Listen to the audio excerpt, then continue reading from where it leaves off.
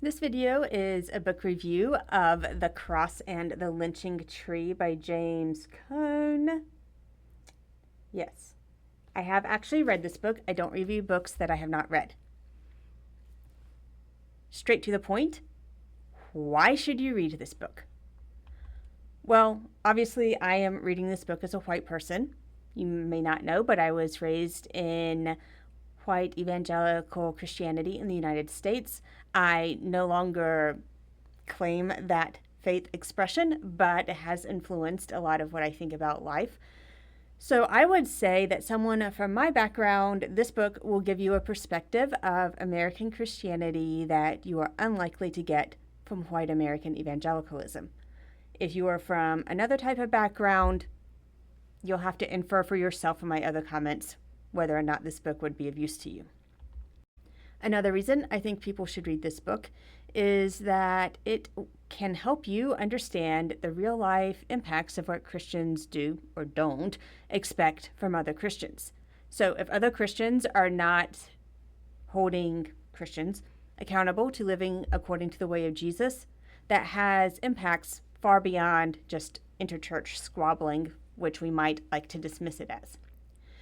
In my estimation, the main point of The Cross and the Lynching Tree is that as long as U.S. Christians, white U.S. Christians, especially in the South, deny that their theological history supports treating some humans as less than human, then Christians have misunderstood the gospel of Jesus, and the country cannot truly heal from the evils of discrimination.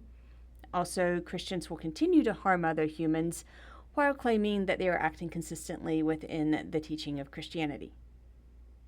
Of course, it is a broad generalization to lump all of U.S. Christianity, even all of Southern U.S. Christianity together, but if you are from a tradition that existed in the U.S. South during slavery, during the early and mid 20th centuries, during the civil rights movements, it is worth digging into the history of how your church tradition responded during those times and being honest about what actually happened and what the effects are. The inspiration for the title of this book, I think Cone explains in the introduction. He sees the lynching tree as the U.S. equivalent of the wood used for crucifixions. On page 31, Cone says, quote, "Jesus was an innocent victim of mob hysteria and Roman imperial violence," end quote. Throughout the book, Cone explains why he believes that.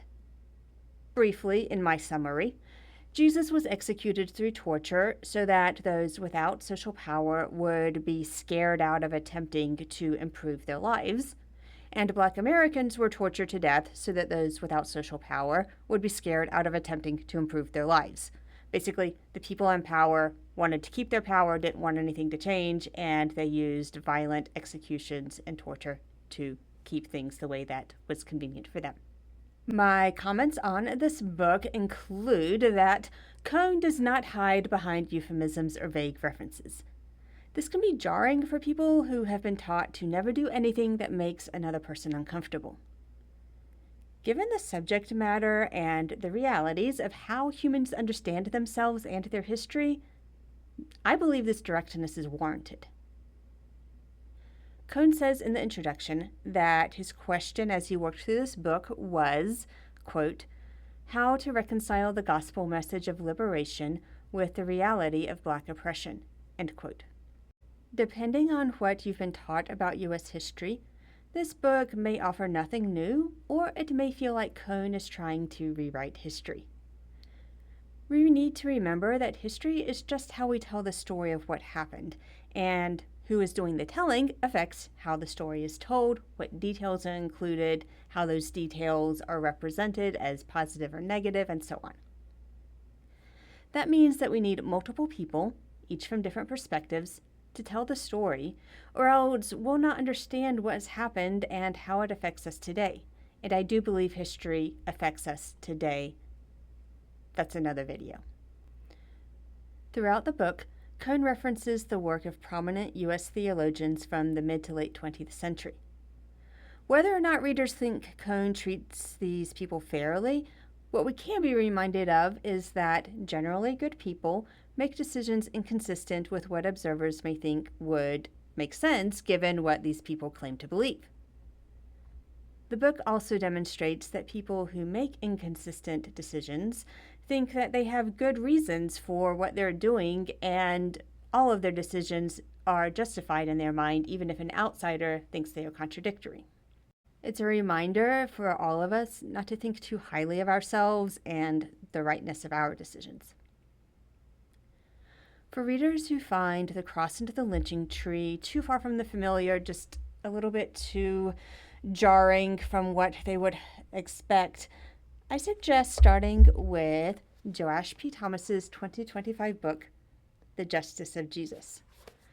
It was written specifically from my summary or view of the book for people who question why anything other than getting people saved, getting people to say the sinner's prayer, matters.